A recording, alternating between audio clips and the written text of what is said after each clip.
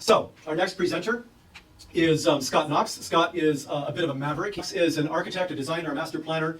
His work on very diverse buildings ranges from airports to museums to residential to chip fabs. And his work on the architecture of architecture is focused on designing the built environment in a way that is centered on human experience. So, ladies and gentlemen, welcome Mr. Scott Knox. Thank you, ladies. I'd like to send out a special thanks to the Center of Gravity for hosting tonight's PechaKucha. LightSync will be unveiling its financial visualization tool called TheStreet in a Kickstarter campaign in the coming months. TheStreet simulates transactions based on experiential knowledge and lets people see cash flow, budget, and manage their money visually in the course of everyday life. But tonight, I'm going to show you a look under the hood and see what makes the street tick with historical examples and a little writing lesson. So, in 1905, this 25-year-old clerk introduced his theory of relativity. His metaphorical question was, what would I see on a motorcycle moving at the speed of light? In the century since Einstein challenged geometry of space and time, our perceptions have never been the same.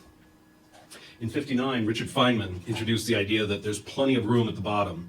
And his question was, could we write all of the world's knowledge and published works on the head of a pin?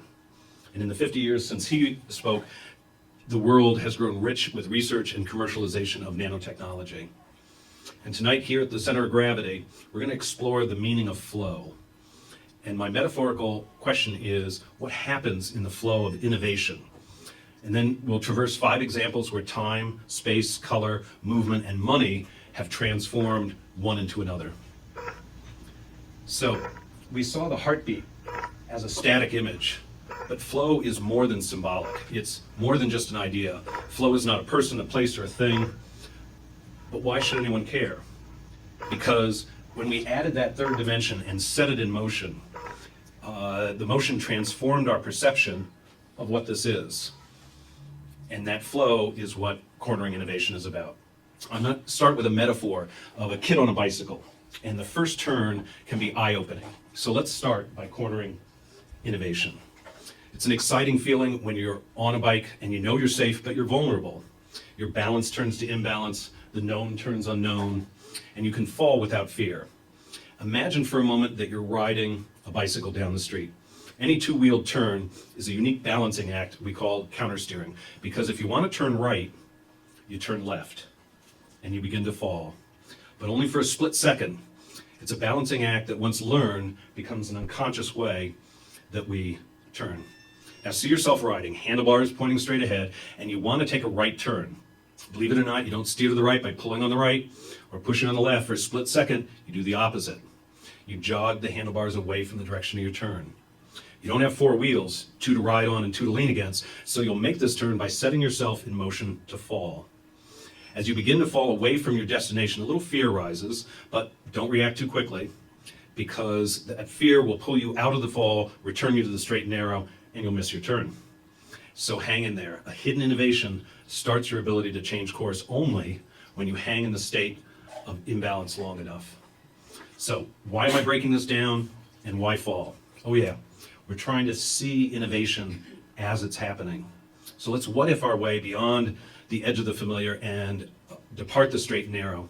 But are we really on a new path yet? The point in this journey makes many people uncomfortable, but what do? To many, the popular choice is back up and just return to the original path. To many, you just shortcut, but you still go to that same destination. And in a place like the Center of Gravity, it's the few who are trying to make a new path to a new destination. So let's step off that metaphorical bicycle and shift our focus to transforming perception. The time is of the essence here, so I'll just say transception to describe this depth perception. The next 5 paired vignettes illustrate the transception of time, space, color, movement, and money. I've slowed down some of the action, I've used time-lapse in other areas, so you can see the motion. And in many walks of life, from direct physical experience to abstract concept, the world as we know it are transcepting change. How have we transformed time? Well, we've transformed the global movement into that familiar passage. by over 2,000 years, changing our perception of time from light to shadow and into the familiar clock face that we know today. And what if color and form had some primary relationship through another dimension?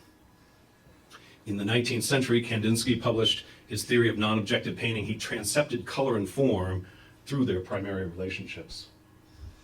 And what if you could took a more physical form that ran side by side in competition? Here, the viewer doesn't have to run a calculus in his head to know where the skater stands against the track time. That black line is time. And what if an elevator wasn't a black box in a dark shaft who's closed off to its surroundings?